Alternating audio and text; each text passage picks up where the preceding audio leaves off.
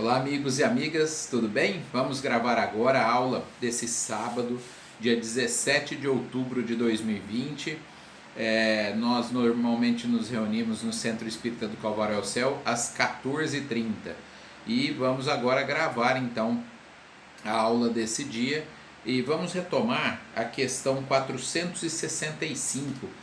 Na verdade, nós já fizemos na última aula, mas não terminamos ela. Então, na 465, a pergunta de Kardec é: com que fim os espíritos imperfeitos nos induzem ao mal? Então, a resposta era para fazer que a gente sofra como eles, não é? Então eles querem, é como que se quisesse arrastar para o time, não é? Quando a gente usa droga, a gente quer que outras pessoas usem. Se a gente vai ao centro espírita, a gente quer que outras pessoas também frequentem. Se a gente gosta de surfar, a gente quer arrastar pessoas para isso. A gente tenta convencer as pessoas de que aquilo que nós estamos fazendo é bom, é legal, mesmo que a gente saiba que tenha consequências às vezes não tão boas. Inclusive, quanto mais pessoas estiverem fazendo aquilo que nós estamos fazendo, menos pessoas vão nos criticar, não é? Se caso a gente esteja fazendo alguma coisa errada. Então a ideia desses espíritos é, de alguma maneira, fazer com que a gente fique na mesma situação que eles. Aí a 465A, que foi a última que nós abordamos a semana passada, Kardec então pergunta: isso lhes diminui os sofrimentos? Quer dizer, se eu estou sofrendo e eu então arrasto alguém para esse sofrimento, eu vou sofrer menos? Claro que não.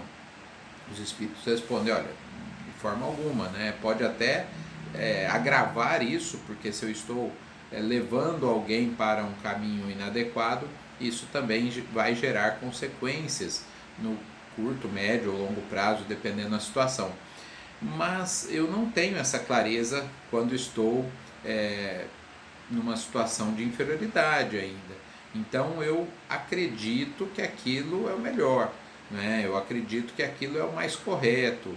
O meu orgulho, o meu egoísmo me cegam e então impedem que eu veja com clareza de que o outro sofrer não vai me trazer nenhum bem. A vingança não é isso exatamente.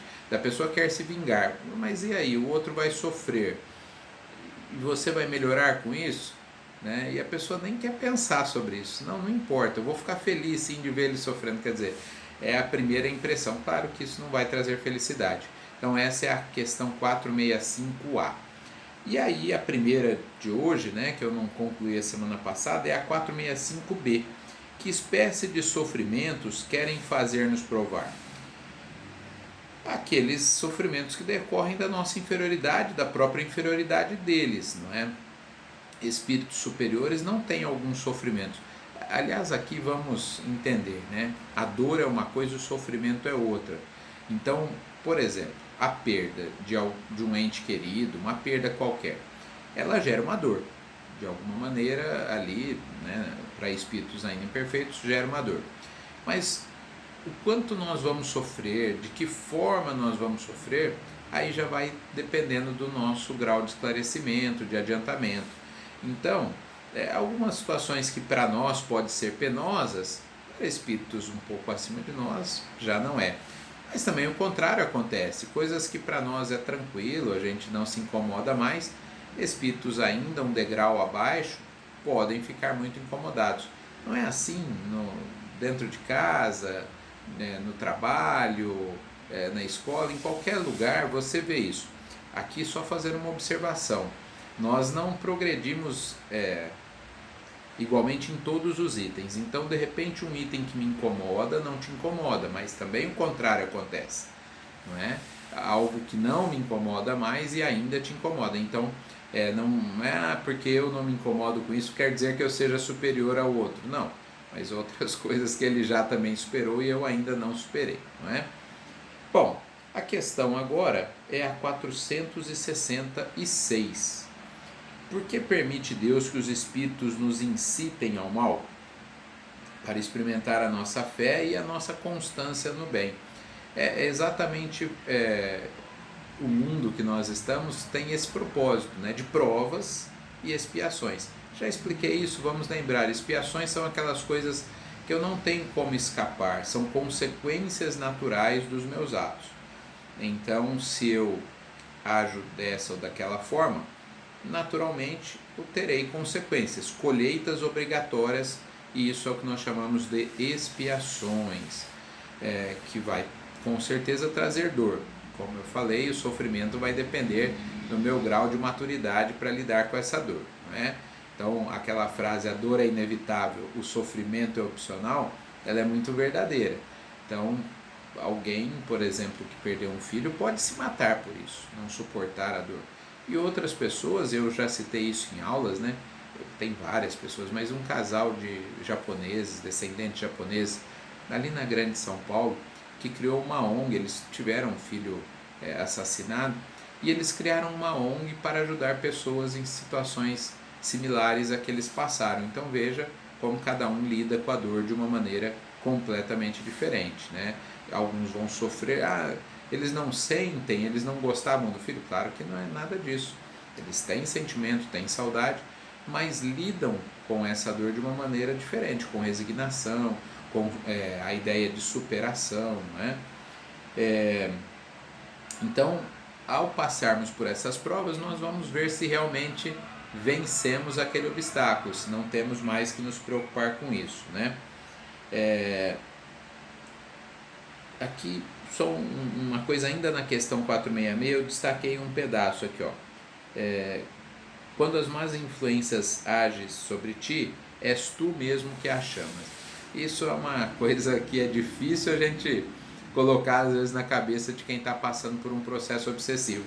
Vai convencer o indivíduo, né, que procura a casa espírita, por exemplo, e ele diz, não, mas eu estou passando, claro, a maioria nem tem consciência disso, mas alguns que têm uma consciência mínima falam, não sou eu, é o espírito que está me atrapalhando, os espíritos que estão me atrapalhando, a pessoa quer terceirizar.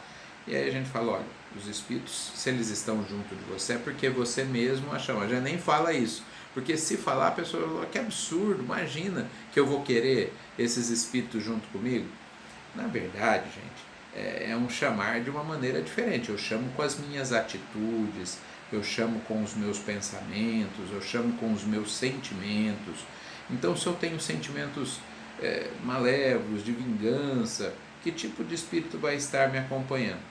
Madre Teresa de Calcutá, né? Desculpe a ironia, claro que não. Claro que serão espíritos também no mesmo padrão vibratório. Então fui eu mesmo que os atraí, que os chamei para perto de mim. Isso eu estou falando de maneira genérica, porque às vezes há o chamamento direto. Por exemplo, espíritos ajudam outros, aí sendo encarnado ou desencarnado, pouco importa, a levarem a cabo alguma vingança, por exemplo. Depois eles cobram por isso, né? Depois tem um certo atrelamento. Do mesmo jeito que se dá no mundo encarnado, se dá no mundo desencarnado também. Ou seja, nós atraímos os espíritos que andam conosco. Aqui, né, vamos aprofundar ainda nas próximas questões. Tem um comentário no finzinho da 466 e diz assim: é assim que Deus deixa à nossa consciência a escolha da rota que devemos seguir, e a liberdade de ceder a uma ou a outra das influências contrárias que se exercem sobre nós. Tem espíritos que estão tentando nos ajudar o tempo todo. Tem espíritos menos felizes que às vezes tentam nos atrapalhar também, com frequência. As pessoas falam assim, nossa, na reunião mediúnica que eu frequento, os espíritos falaram que vão destruir a nossa reunião mediúnica, vão nos destruir, vão destruir a casa espírita. Lógico, esse tipo de espírito tem sim. Eles não querem que a gente ajude outras pessoas, claro que sim. Se você tentar tirar alguém do mundo das drogas, é possível que você seja ameaçado por traficantes. Isso é comum acontecer no mundo encarnado. Não é diferente no mundo desencarnado. Mas também temos proteção. Se nós estivermos sintonizados com o bem, nós praticamente não perceberemos todas essas ações malévolas em nosso entorno, né? A última questão dessa primeira parte do estudo é a 467. Pode o homem se afastar da influência dos espíritos que o incitam ao mal? Quer dizer, nós conseguimos isso? Sim, porque elas só se ligam aos que os solicitam por seus desejos ou os atraem por seus pensamentos, que eu falei na questão anterior. Então, se eles estão conosco, é porque de alguma maneira eu solicitei isso, eu desejei isso, não diretamente, né? Não, olha, venham me fazer sofrer, não nesse sentido, mas eu penso coisas que atraem espíritos que pensam da mesma maneira. Então, por essa lei de sintonia, nós é que atraímos todos os processos obsessivos. As pessoas vão à casa espírita querendo que a casa espírita, ou a igreja evangélica, ou a igreja católica, faça milagres, né? Que as pessoas afastem os espíritos dela e que elas possam continuar agindo da mesma maneira. É isso que é difícil. Então, assim, se eu estou acima do peso é porque eu cometi atos que me levaram a isso. Se eu estiver abaixo do peso é porque também os meus atos me levaram a isso. Se eu estiver dependente químico é porque os meus atos me levaram a isso. Aí eu falo, mas eu não quero o resultado, mas as ações eu fiz. E o pior, às vezes continuo fazendo, com frequência.